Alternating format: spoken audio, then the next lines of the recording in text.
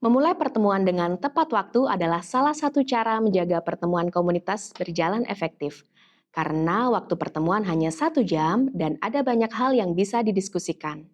Tapi jam segini belum mulai juga. Selain perihal waktu, masih ada hal lain yang membuat pertemuan komunitas belajar efektif. Yuk kita lihat contoh pertemuan yang tidak efektif versus yang efektif. Poin yang akan kita bahas pertama adalah tentang bagaimana berbagi masalah di kelas. Yuk kita lihat contoh tidak efektifnya. Ibu tahu nggak si Sarina yang Ya, suka bikin ribut di kelas? kakaknya dulu pernah sekolah di sini juga. Dia pintar, dia rajin, bahkan dia jadi ketua kelas terus. Masa begitu sih, Ibu ya? Ya, Itu kan yang orang tuanya suka ribut di grup chat.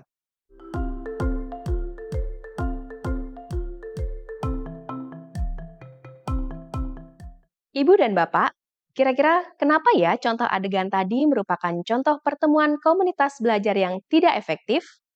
Ya, karena para guru di adegan tadi tidak berfokus pada penyelesaian masalah. Sekarang, mari kita lihat versi pertemuan efektif dari kasus tadi. Bu, saya ya, butuh bantuan nih. Bu. Dalam seminggu ini, Sarina sudah berkali-kali tidak memperhatikan saya pada saat saya sedang mengajar. Bahkan sudah memulai pertengkaran di dalam kelasnya. Hmm. Hari ini, sampai ada yang menangis. Bu. Hmm. Ada saran bagaimana cara mengatasinya? Hmm, mungkin kita bisa cari tahu dulu latar belakangnya Sarina, Bu. Apakah di rumah dia ada masalah atau di lingkungan sekolahnya itu ada masalah sampai-sampai Sarina ini bersikap seperti itu? Atau kita bisa diskusi dengan orang tuanya mungkin? Bener, Bu. Begitu ya, Bu ya. Selain itu, mungkin Ibu bisa coba lihat video tentang topik disiplin positif yang ada di platform Merdeka Mengajar. Nah, di sana juga ada pembahasan soal restitusi, Bu. Sepertinya teknik itu bisa Ibu gunakan saat berbicara empat mata dengan Sarina. Apakah ibu dan bapak bisa melihat bedanya? Pertemuan komunitas belajar yang efektif bukan hanya berbicara tentang masalah, tapi juga mencari solusi dan cara untuk membantu guru memberikan pembelajaran terbaik kepada murid. Pertemuan komunitas belajar yang efektif akan membantu guru menyelesaikan permasalahannya, meningkatkan kompetensinya, dan pada akhirnya berdampak ke hasil belajar murid. Guru pada akhirnya akan merasa bahwa pertemuan komunitas belajar sesuatu yang berharga dan penting untuk dia lakukan. Semakin efektif komunitas belajarnya, maka semakin kompeten gurunya dan semakin baik pula hasil belajar muridnya. Ibu dan Bapak guru, mari kita lihat contoh kedua. Ya, minggu depan Ya, saya berencana akan mengajarkan anak-anak tentang sistem pencernaan manusia. sama dong, Bu. Mhm. Tapi Ibu sudah bikin RPP belum? Sudah dong, saya kan sudah mencari di PME. Nah, kebetulan. Oh, Saya pakai RPP Ibu aja ya? hah? Seperti yang kita lihat, tidak ada pembahasan tentang perencanaan pembelajaran yang akan dilakukan di contoh tadi. Bagaimana cara membuatnya lebih efektif? Mari kita lihat.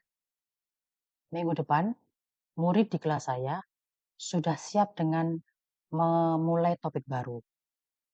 Saya berencana akan memberikan materi tentang sistem pencernaan pada manusia. Tetapi, buku paket yang saya punya masih terlalu banyak hafalan dan teori nih. Kira-kira apa ya kompetensi esensial untuk para siswa pelajari saat belajar tentang sistem pencernaan manusia? Iya, betul Bu. Menurut saya, eh, kompetensi esensialnya itu adalah mereka bisa menjelaskan proses pencernaan makanan dari mulut sampai dengan anus. Dan juga mereka bisa menunjukkan nih organ-organ pencernaan makanan itu sampai dengan fungsi-fungsinya juga. Iya kan, Pak? Setuju, Bu. Selain itu, Bu, Mereka harus memahami bagaimana sistem pencernaan berdampak pada kesehatan dan juga kehidupan sehari-hari mereka, Bu. Nah, mungkin kita juga bisa memasukkan elemen bagaimana makanan yang kita konsumsi mempengaruhi sistem pencernaan. Ide yang bagus. Maka saya akan lebih menekankan pada pemahaman proses dan sistem pencernaan dalam kehidupan sehari-hari siswa. Bukan hanya teori dan hafalan saja. Setuju. Terima kasih, Pak. Terima kasih, Bu. Sama-sama.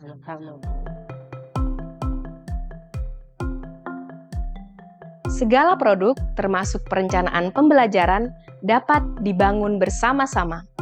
Dengan saling memberi masukan dan berdiskusi, rencana pelajaran kita ini jadi lebih tajam.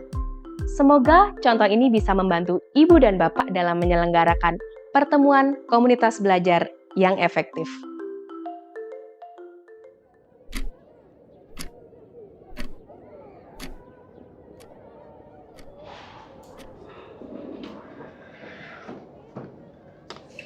Aduh, Bu Marta, aku minta maaf. Tadi habis bikin kopi ketemu Pak Hakim. Terus kita ngobrol deh tentang persiapan pentas seni. Maaf ya, Bu. Ya, nggak apa-apa, Bu.